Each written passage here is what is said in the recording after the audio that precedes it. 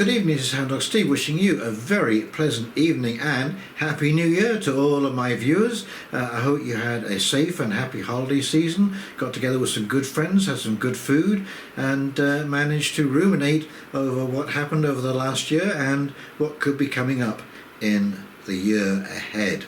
Anyway, 2024 certainly is looking as if it's going to continue on with much more of the same from 2023. I actually went back and reviewed my predictions for 2023 and it was about 90% accurate. The one that didn't come off, but this is of course a slow-moving train wreck, and that is the environmental situation in China. But the Russia-Ukraine conflict has become a grinding war of attrition. This could go on literally for years until somebody runs out of money. You simply cannot wage war with Russia on Russia's border. This would be a bit like Russia trying to invade America by moving into Mexico. Very, very hard to keep those supply lines moving, and no, it's not going to work. It's just going to be prolonged agony for the people of Ukraine. And of course, you know, we have another war sprung up in the Middle East there, and there's been some drone attacks from Iraq into Iran by the US. So turmoil in the Middle East is going to be ongoing as well. So this is kind of contagion. And I think this is going to be one of the ongoing things we're going to see in 2024. This could easily spread to Africa, as a whole slew of nations in Africa declared basically independence. Niger separated itself from France, and as France is pretty heavily dependent on Niger for imports of raw materials like uranium and certainly gold. A lot of gold comes out of Niger, Chad, Sierra Leone, Burkina Faso. There's a whole chain of African states who are basically unshackling themselves from the whole colonial history that has basically coloured their country and left them pretty much impoverished. It's a very sorry tale, and these are the results of this unbridled greed, basically stealing the wealth and not sharing it with the people who live in that country. And the more we mess in other people's countries, the more you're going to find we're going to have this backlash as people get more and more upset and realize through the internet that, you know, this doesn't have to be this way. And I think so 2024, I think my big prediction is going to be it'll be a year of disillusionment. And I think this is when the public is really going to fall out of love with the ruling bodies that we have. You're already seeing in the Netherlands there was a hard shift to the right. Italy has gone to the right. And I think this is going to be another continued thing. Here in Canada, it's looking very much like Pierre Poilievre is going to win the next election. Trudeau has really outstayed his welcome. And so between the medical system, I understand that there is only a 15% uptake of the new CV inoculation. So that means that 85% of the population are feeling uneasy about allowing the health system to allow itself to administer these inoculations and, you know, with the claim safe and effective.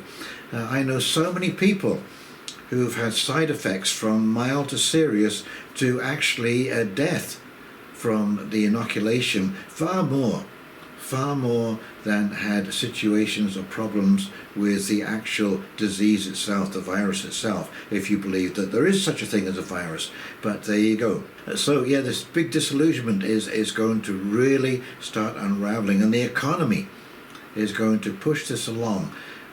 Tent cities are now popping up in just about every major urban centre, and for every single person in that tent city there are another 100 hanging from the lowest branches of the economy ready to fall into a tent city. And the Bank of Canada has given its warning that 2024 will be a year of transitions, and they certainly have no intention on lowering the interest rates until maybe the second or third quarter. They're going to review that situation, and so that is going to make life extremely painful for anybody who owns a house and is using a rent situation to pay the mortgage, or people who've got mortgages on lines of credit and have seen an immediate increase in their payments every month. And you add to that food inflation, energy inflation, and of course there has been a big situation take place in the Red Sea. The pirates of the Red Sea are attacking container ships like crazy, and so the ships are refusing to go through the Suez Canal and either one way or the other from Europe or to Europe and go through the Red Sea and run that risk. So they are now shipping the old-fashioned way down one side of Africa to Cape Town and up the other side of Africa to the Middle East. And that is going to add an awful lot of expense to the cost of shipping all goods around the world. And you're going to see container prices are going to really put a lot of pressure on that. And so from every direction, inflation is going to be a continued issue. And these fools at the Bank of Canada just don't seem to understand what is going on. You know, they created the problem in the first place by borrowing $500 billion and pouring it directly into the economy through the CERB payments. This was to help people through the lockdowns and so on and so forth. Well, that money just got directly injected into the economy, and so it was like a flash fire taking place. But the Bank of Canada has warned that unemployment will start to rise, that there will be pressure on business, there will be low demand, and housing prices will be depressed. And a friend of mine who's in real estate was telling me that house prices in Toronto have dropped by 30% over the last year. And so this means that an awful lot of people are going to be in a lot of trouble when they come to renew those mortgages at the higher interest rates. And especially those who've had HELOC loans and have taken out the equity to buy stuff. You know, just increasing their mortgage. So I'm sure there is already a ton of people who are already underwater. And of course, along with inflation pressures will come an increase in crime. And you know, I was reading an article about a particularly gruesome murder that took place in a small village just outside of Toronto, where this young chap had killed this couple over business dealings. And anyway, it was just a little comment by the investigating officer, and he was talking about the huge increase in violent crime that has happened since the lockdowns. And he said that we're only starting now to count the cost of locking people down and the psychological issues that arise out of that. So that could be very, very difficult if you're living in an urban area or downtown in a major city. Crime is going to be rampant. And so you need to be considering that when you go out. You know, you need to have situational awareness all the time, and have some kind of, you know, even an umbrella to defend yourself with if you have to. But yeah, just stay out of areas which are dark and quiet. There's not a lot of people moving around. These are just magnets for people who want to mug other people. And you add that in with the psychological issues taking place, marital breakdown, a lot of anger out there, residual anger for the turmoil, people losing businesses. Oh yes, this crime and violence is going to be a big part of 2024. And of course, all of this stuff is really not hard to figure out or to guess. You know, there is nothing prophetic about these predictions. It's just simply observation and what people do when they're put under pressure. And the screws are on. You know, we've been living high on the hog for an awful long time, and now the screws are on and the piper has to be paid, and that is going to be a miserable situation for an awful lot of people. So another prediction I'm going to make is that in 2024 AI is going to make its presence really felt online, and I think you're going to see this in social media especially, where anything that doesn't agree with the narrative that is posted, the current narrative that is going to be rebutted instantly by AI, and you may not be able to tell whether this is a human being or an AI responding to you. You may be well into the conversation before you realize that maybe it isn't a human being at all that you're talking to. And of course AI will have limitless amounts of information at its fingertips, and so it will be posting all kinds of articles and so on and so forth to rebut anything that is said on the social media platforms that isn't liked or is, like say, contradicting the narrative. And that is going to make life very tedious. I think you're going to be force-fed. I think AI is going to really be picking up on your viewing habits and is going to be pushing stuff your way that you may want to watch, and it's going to be a huge distraction. I think AI is really the wild card in the pack, and none of us really quite know just how deeply this is going to affect our society. And I mentioned this before in another video, that once you get outside of a 200-kilometer circumference around where you live, it is going to be very hard to tell what is true and what isn't, what is being pumped and what isn't being pumped. And just as a little sidebar here, the son of a friend of mine came over on a vacation for the Christmas period, and I was astonished to find out how positive he was about Vietnam. Vietnam is absolutely booming. It's becoming a center for manufacturing, whether it be textiles or plastics or what have you. So the whole of Southeast Asia is aflame, whilst the whole of the Western world is basically dying on the vine from inflation and poor decisions made in the past. So, you know, it would be easy to assume, for example, that the whole world is experiencing what we are experiencing, and that quite simply is not the case. And so unless you actually know somebody who lives in that area, can verify what is being told, we are heavily dependent on what we see, not just on social media, but in the newspapers, radio, television, that kind of stuff. And if that is being manipulated, and we know that it is, we just don't know the extent to the manipulation. You know, for example, I often wonder about larger YouTube channels that are talking about very controversial things and don't get taken down. That's kind of suspicious when, you know, you say one wrong word. I had a video taken down, you know, from 3 years ago, and this was about a case that was going before the Supreme Court of Canada about the lockdowns, and it was considered misinformation. They are going to make it very difficult, more difficult than it is, to assess the situation, the current situation, where you are and how it relates to things in the rest of the world. And that's why it's really important, if you can, to maintain pen pals and friendships, you know, across the globe, so that you can verify exactly what you've seen and what you've heard. Now, speaking of AI, this is another good news prediction, and that is about the internet and the hydroelectric system. I know there's been some concerns that they may go down, but I really do not think that is going to happen.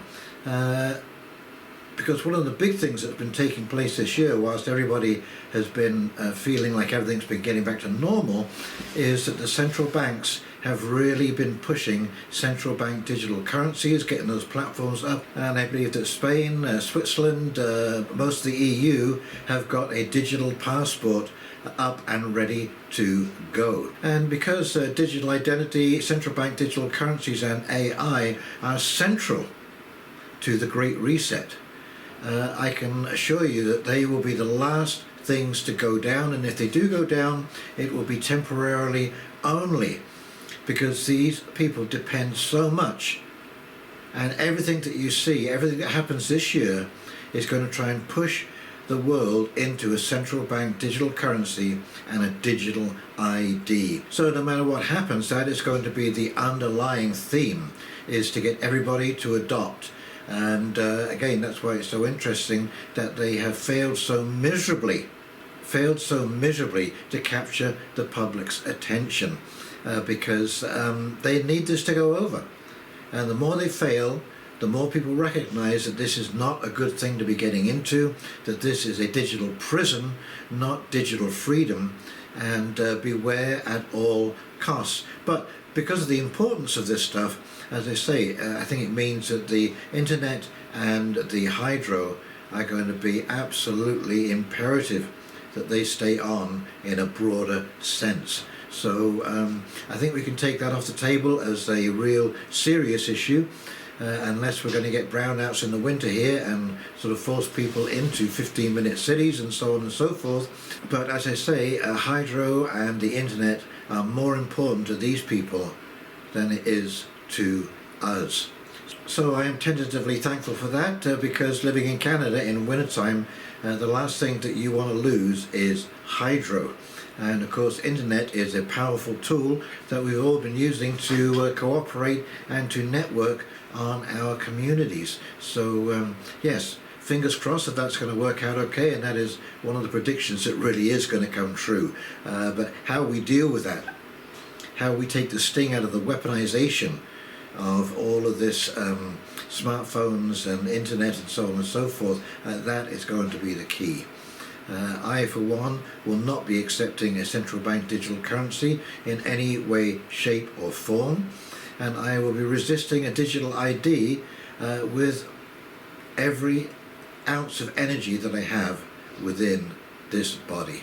My third prediction is that you're going to see that the weather is going to continue to be absolutely unpredictable.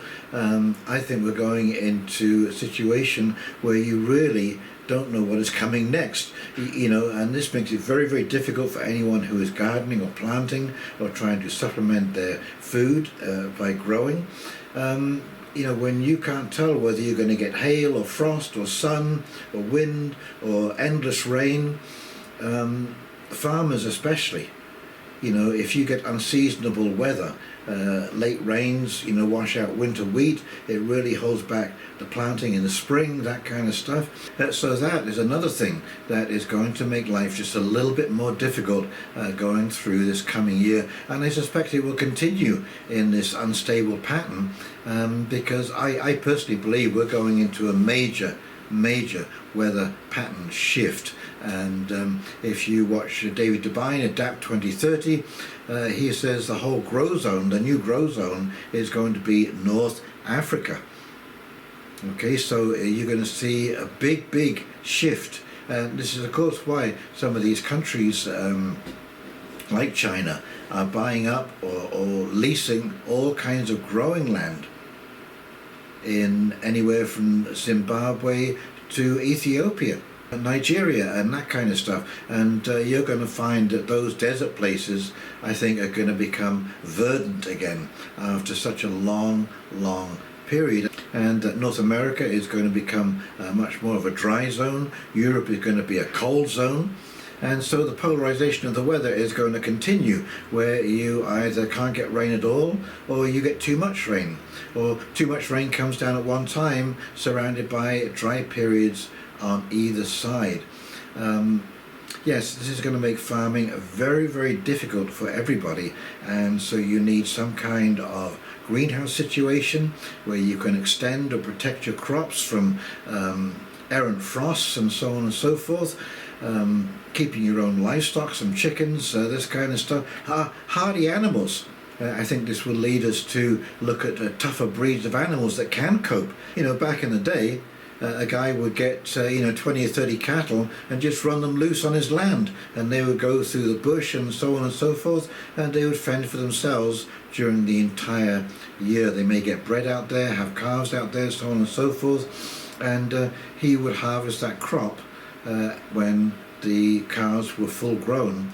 But yes, these were hardy breeds that could take a little bit of cold weather and could fend for themselves when it comes to food, because you just couldn't afford to buy all kinds of food, oats, hay, corn, so on and so forth. And those are the kind of survival things that we are going to have to look at, being more self-sufficient, making our own products, like making our own soap and that kind of thing. Not very difficult to do. It's just a little time consuming, but yes, we're going to have to learn to pinch those pennies and live a little bit more frugal lifestyle. Now, the good news about the bad news is, as I say, the public are starting to wake up to the situation that maybe the government doesn't have their best interests at heart. And they may not know exactly what's going on, but they're certainly getting the feeling that they're getting the short end of the stick. And as I say, very, very low uptake of inoculations this year, whether this be for the flu or for CV. And so, as I say, that means 85% of the population are waking up. And I also have a very interesting little clip. It's about 15, 20 seconds long, and it is a woman from the WEF, probably at Davos, talking about how they failed miserably to be able to capture the public's attention on CV and climate change, and to get them really engaged. And she gives you a little hint that water is going to be declared a common good, and this will be one of the next grounds, the next battlegrounds to capture the public's attention, and goodness knows what they will do to do that.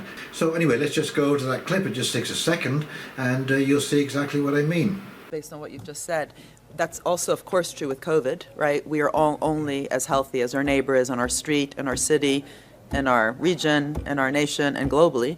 And did we solve that? Like, did we actually manage to vaccinate everyone in the world? No.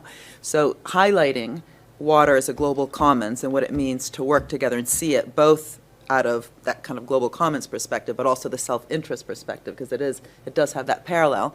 It's not only important, but it's also important because we haven't managed to solve those problems which had similar attributes. And water is something that people understand.